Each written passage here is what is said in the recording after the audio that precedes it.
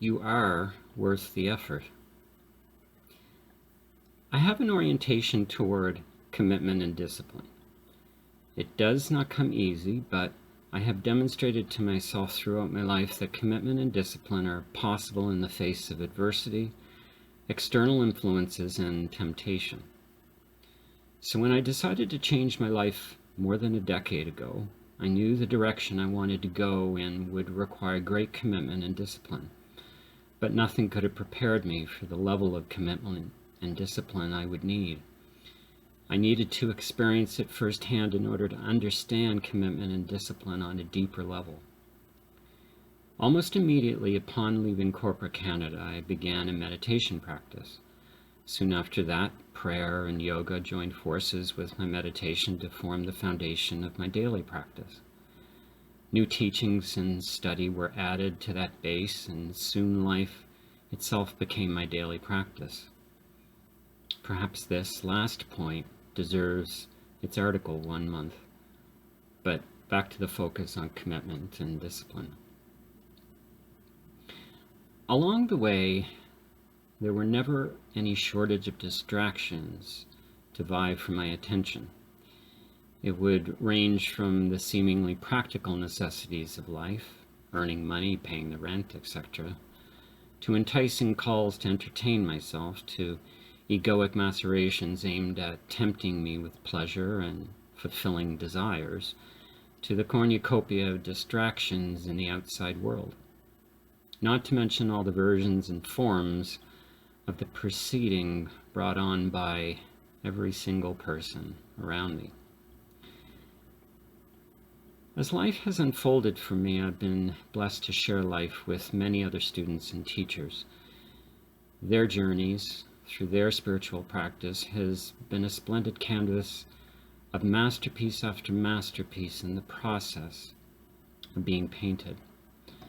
Some begin the journey of spiritual practice, but too quickly see it dissipate.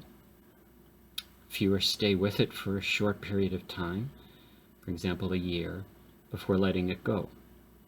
Fewer still stay with it for an extended period of time, for example, a few years, before allowing it to drop away. And even fewer allow the practice to become the foundation of their waking breath and the life force that sustains them for the rest of their days. One of the more interesting things I have observed across the spectrum of varied efforts is that the sooner the person allows their spiritual practice to drop away, the sooner they are to return to it.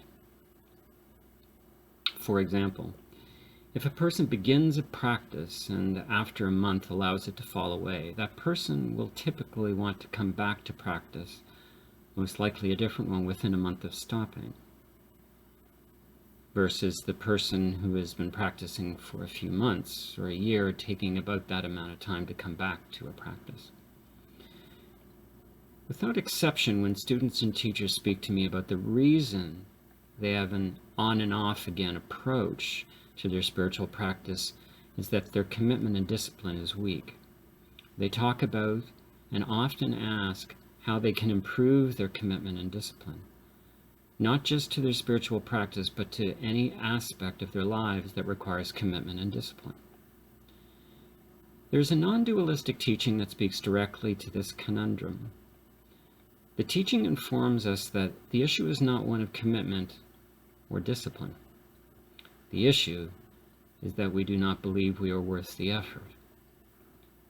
And under that realization is the ultimate awareness that the reason we do not believe we are worth the effort is because we do not love ourselves. So I have a message for you. You are worth the effort. I love you. And so do you. You may not just realize it yet.